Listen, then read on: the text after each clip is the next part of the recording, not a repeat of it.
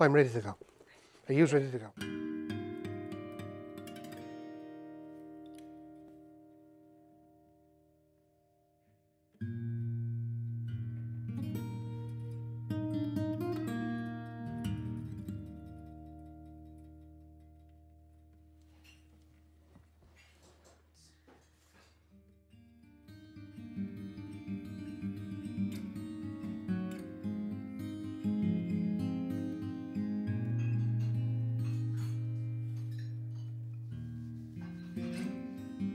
I had an interest in wood since I was about 9 or 10, and I started working officially when I was 14, just going on 15.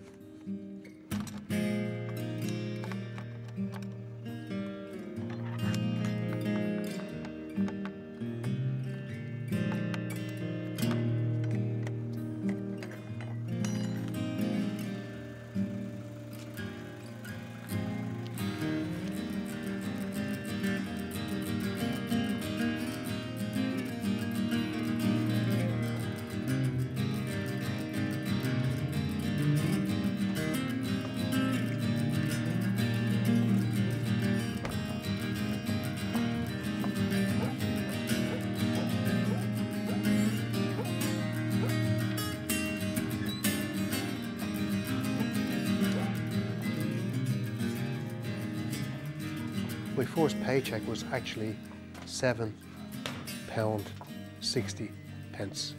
I remember that. That was for a week. That was a week's wages as an apprentice. And by the time I gave my mother her money and bought cigarettes out of it or whatever, there wasn't much left. But I remember trying to save for a couple of weeks to get £5 together to buy myself a Wrangler jacket. I had the previous workshop, which is the main one, was in Vicar Street. That's where I started off in 1986. We were there for 20 years.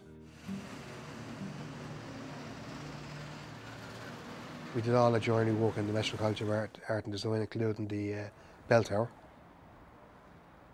We did work on the boardwalk. Pierce Contracting were the main contractors, and we did all the handrail down along the boardwalk. We worked for the OPW, again through Pierce Contracting, doing some of their old buildings, old Georgian doors and up and down windows and all that type of stuff.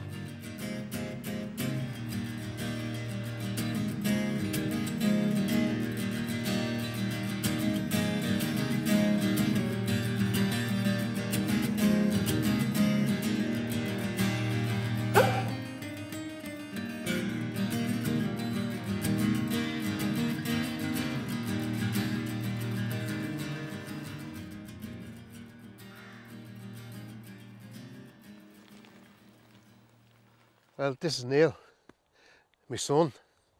He's a carpenter now. He qualified, served his time, but went on further than I did.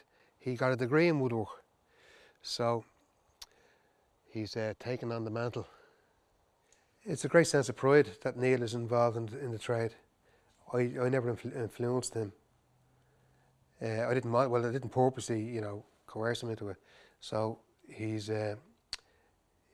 very good at what he does. He's very focused, and he's lots of concentration in what he does, and it shows and what he makes. He could see a love, my interest in the trade, and that's if you want to call it pride, that my enthusiasm for it enthused him. If he can get a successful living out of that trade, that would give me far more pride than anything else. This place here, this is the forest that I planted 20 odd years ago.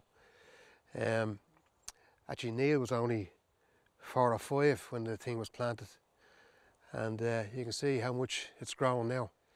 The reason I planted this forest was to try and put something back into it from the game I've been making a living out of all my life. Basically, you're cutting down a tree, you're sizing the tree into the boards, then you're drying the timber. If it's not kiln dried, it has to dry for a year or two before that'll be air dried, and then after that, then it's into the workshop.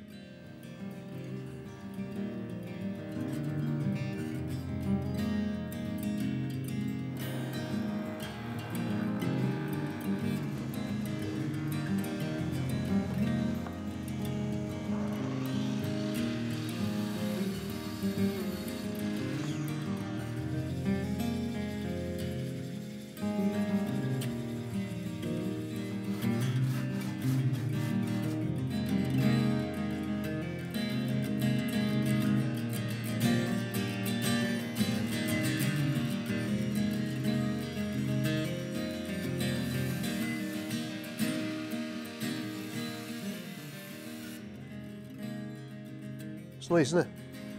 That was just a bit of leather I got up the north there. There was one was selling off a now shed full of stuff. I went up there the other day. I got loads of good leather. Feel that. I like making craft stuff. I like coming up with ideas, and I get a great kick out of making things. I like leather work. I'm learning a bit about leather work now at the moment, and I enjoy doing that. My mother was a seamstress. She was a great sewer. She was always sewing in our house. She had an industrial sewing machine at home, so. That's my mother's sewing machine.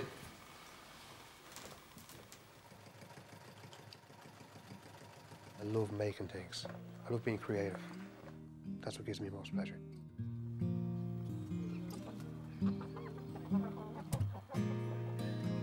The hens and the duck seem to all hang out together. They're happy as the day is long.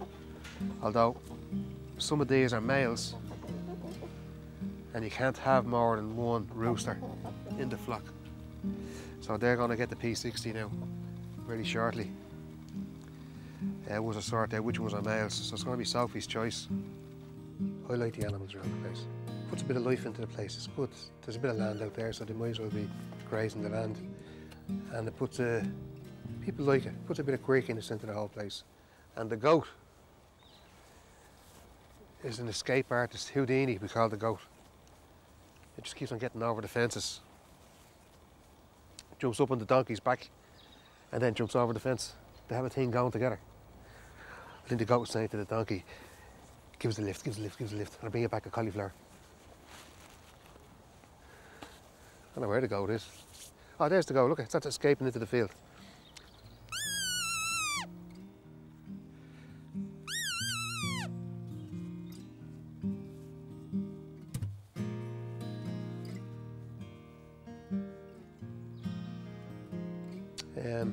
Sometimes the pressure gets on top of you on a continuous basis, and that can become a hard time.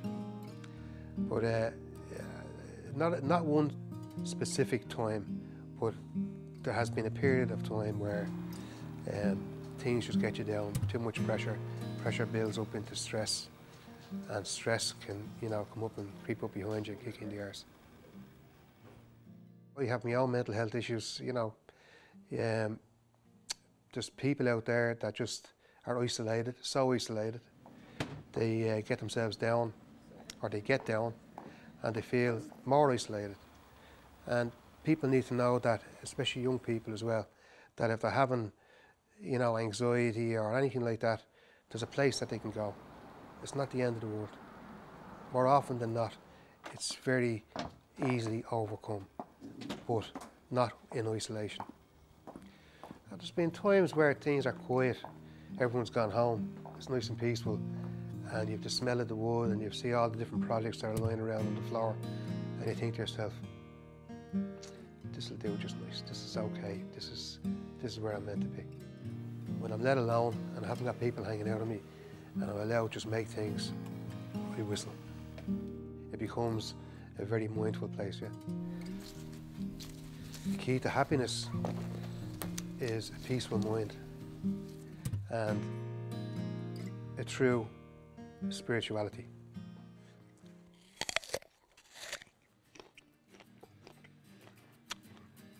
Really good. It's like everything else in life. If you let the sacred come in, it's only too quick and willing to come in. Have I ever doubted my trade? No, never, never. If I had a chance to start it all over again, it would be a carpenter, it would be. Even to this day, I love it. I love working with wood. I've never lost the graft for it. I'm going to be making things until I pop me clogs, literally.